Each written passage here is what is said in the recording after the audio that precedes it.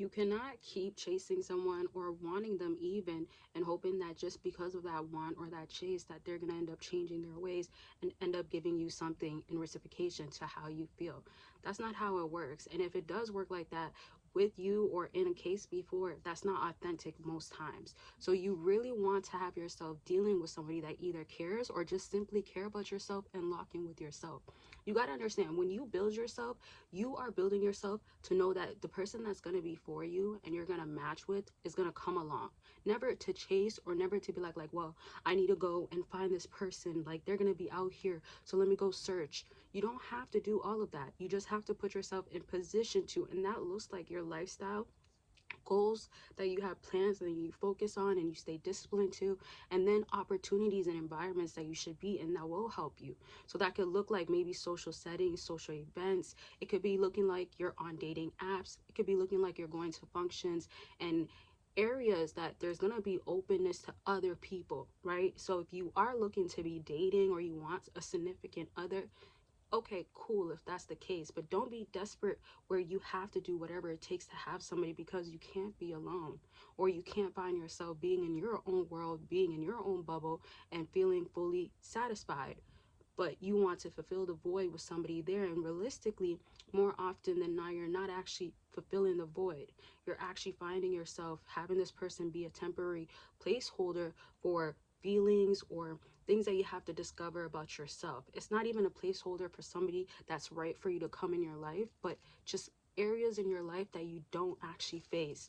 And this is very crucial because I want you to understand that we in life, we have to face our own fears. We have to face the things that we keep running from, so we don't have to keep staying in this comfortability, so we can actually evolve in life and actually get to some place where it's not the same thing that we're doing for constant years, and we end up having so many years, so many, let's say, hours in a day pass without no progress or no actual intentional actions taken to have progress to happen, right? Making decisions based off of someone you love or someone you want or somebody you chased after, or the fact that, okay, they're going to be pleased if I do this, is only self-sabotaging and sacrificing for all the wrong reasons. Don't get me wrong, when you get in a serious committed relationship and when it's healthy, things change. That's 100%. But when you're not there, especially when you're in your single era or your single phase or your single life right now, that should be the time you dedicate the most to yourself. And it's not to say that you should go forever without dating, or it's not to say that, okay, if you got out of a relationship, you have to wait this long to get into a new one. It's not that you have to actually wait so long. It's more of what are you doing in that meantime to actually say, dang, I see the growth within myself that I've been needing to do for myself. That growth can look like I have not been consistent in an area that would really transform my life. You should know 3 top things that are crucial. They're mandatory, non-negotiables. Like, you have to actually be attacking them as much as possible for your life to change, for yourself to be a better person, for yourself to add more value to yourself. And if you're not doing that, you find yourself constantly running back to, oh, where's this person at? Oh man, I'm so lonely and desperate for this person. Just understand this. Some days are going to be harder than others, but you want your new norm to look like it's not hard in all these days. It's easier than harder. Even if it's harder for a long time, then it was easier. Like, for example, when you grieve after a breakup, you're going to have way more days, especially in the beginning, where you're going to be grieving and it's harder than easier. But then it's going to transform and then it gets easier. Then it becomes, okay, well, you're focused on yourself and that's what you should be doing. However, people can come into your life that can show interest or want you.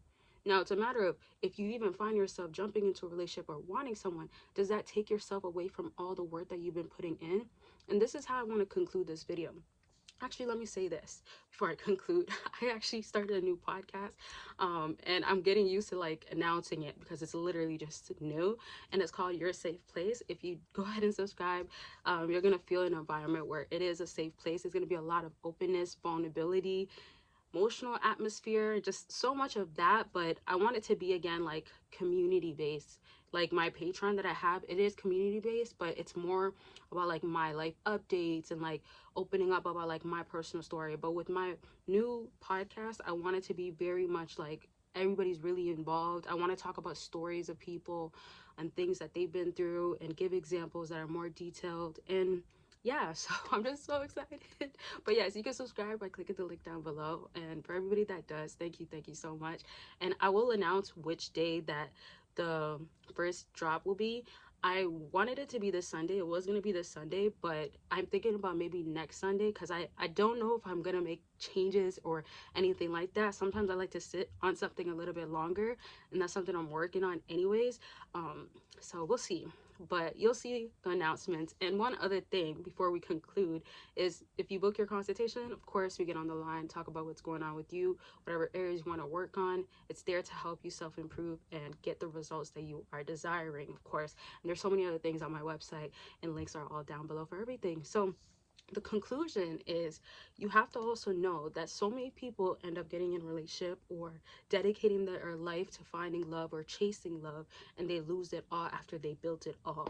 So could you imagine that you put in all this effort, or throughout your life you've always been responsible, resilient, you always been attentive, you always been making sure you're organized, and yet this chaos of that person comes into your life and destructs it all. And that could be a thing that could happen for you if you're not vigilant, and if you're not observant to the fact that you're letting somebody take away and cause this like downfall in your life and back to destruction in your life. And it could be a lot of it needing to be your own accountability needing to be there, of course, but it's also a hard thing to leave a relationship or leave something that you've had for so many years, or even a thing you might have just had with this person. Maybe you guys never actually solidified it fully.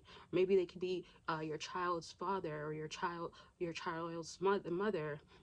If it's your child's mother or your child's father and they're going to be in your life for a while, then it could be ongoing on that point. Point being though is, boundaries have to be put into place, or completely no contact has to be put into place, and there's no other way to describe it.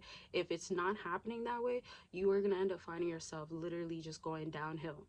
And the thing is, you can go downhill. And I love that saying where it's like, if you're already at the bottom, like, where else can you go? Like, you can only go up. I love that saying, which I really believe in.